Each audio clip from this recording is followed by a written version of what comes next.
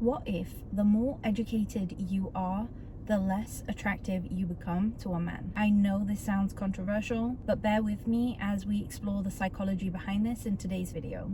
Assalamu alaikum, peace and blessings be upon you. My name is Kashmir and I'm a marriage and family therapist based in the US. I'm also an author and the founder of a private practice called Heal Therapy, and I create weekly videos about mental wellness and healthy relationships from an Islam-centric perspective.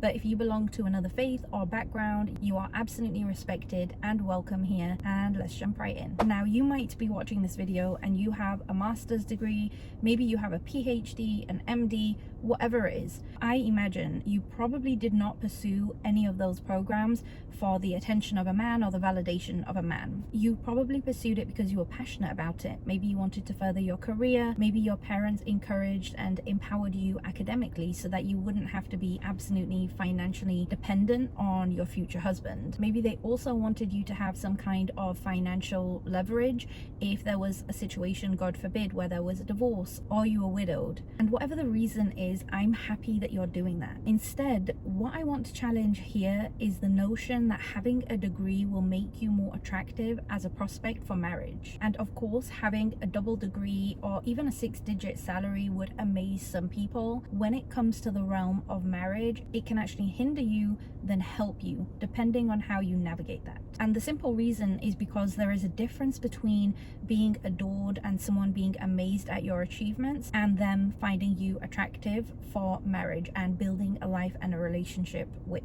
And I know, again, that this is controversial, but a man might also admire you for those same characteristics, but he might not want to marry you because of them. And interestingly enough, there is this growing trend amongst men, both Muslim and non-Muslim, who are saying that they are more attracted to women, more willing to take on traditional roles. So in today's video, I'm going to break down at least 3 to 5 reasons why I believe, based on research and also the psychology of men, seeking out women who are taking on more traditional roles and are less attracted to women who have higher education degrees. So the number one reason that I think that men are more attracted to women who don't have higher education degrees and who are maybe quote unquote less successful than them, the research suggests that the things that attract men are very different to the things that attract women. So for example, men are very attracted to warmth and engagement from a woman, whereas women might look at socioeconomic markers a little bit more heavily. Obviously, from a biological perspective of safety and protection, this is really important for women, and so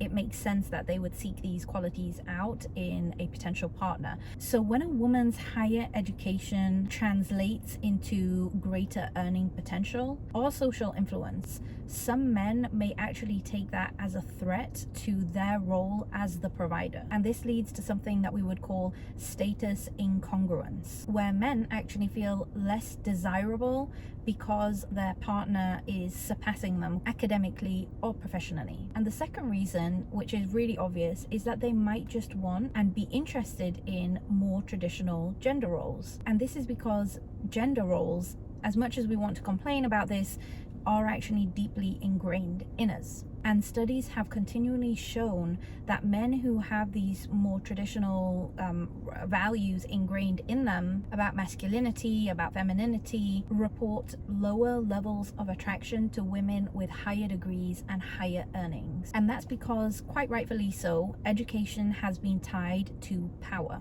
which some men may tie to masculinity. And this might disrupt what they believe to be complementary in a relationship.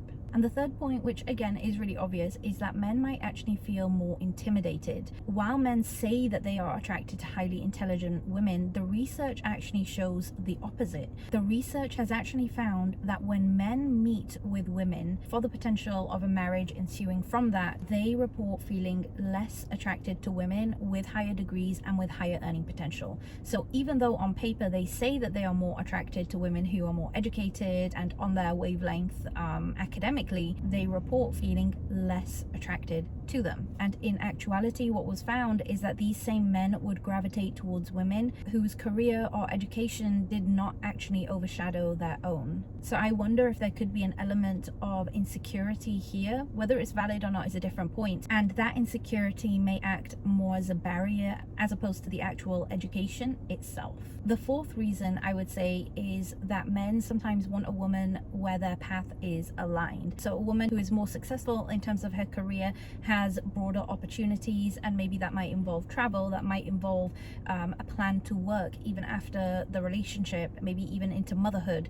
And so he might feel like as if their paths are not aligned, even if that has not been communicated. So for a man who is seeking more of a traditional arrangement, he might write off a woman even before having had that conversation with her, because in his mind he thinks, okay, if she has a career, maybe then she has goals which are not aligned with the marriage, or more of a traditional role with children and being a wife, etc.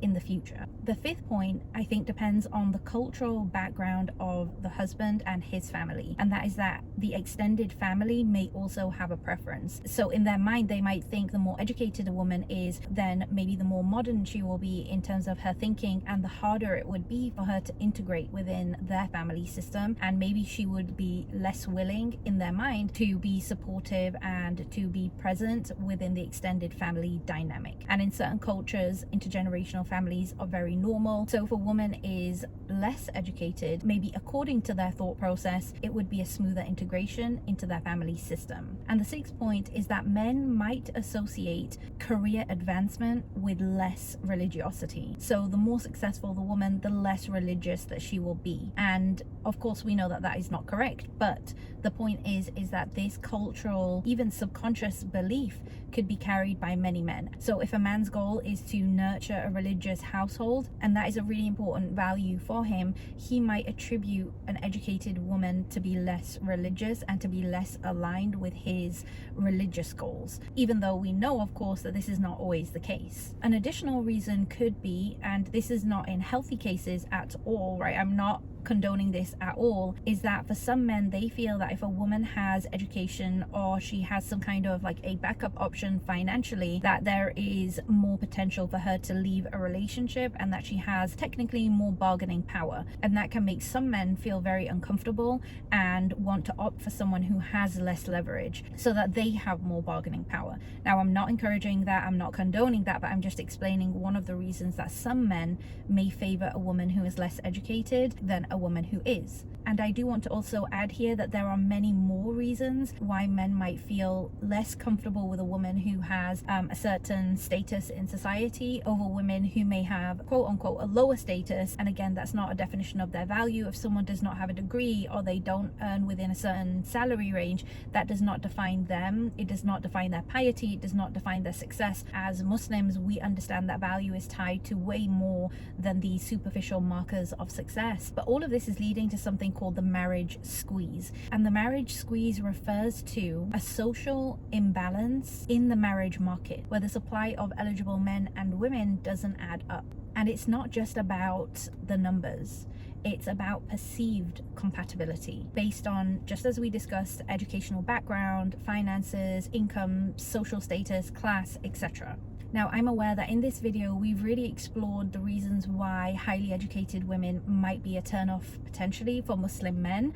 However, I do want to offer one insight, which I think could be really helpful as a takeaway for any women who are out there who are seeking a suitable partner for marriage and are maybe struggling in that journey. And that is, if you do have a degree, if you are highly successful, when you are having a sit down with someone, it might be more helpful not to lead with the fact that you have a degree or you have all of these points which could leverage you above him, but instead to lead with the things that men might find to be attractive, such as the gentleness, the warmth, and all of that. So inshallah, in a future video I will cover that more in depth, because I don't like just talking about the issue without actually having an action plan, so that way you do have something practical to walk away with. Thank you so much for watching. I'd love to know in the comments, what are your thoughts? What do you think is leading to this quote-unquote marriage squeeze? On a related note, if you are on the fence about someone, if you are learning more about them and you are struggling to know whether or not they are the one for you, and you want support throughout the process, you can schedule a free 15-minute consultation with us lectures. The link is in the description. And until next time, assalamu alaikum, peace and blessings be upon you.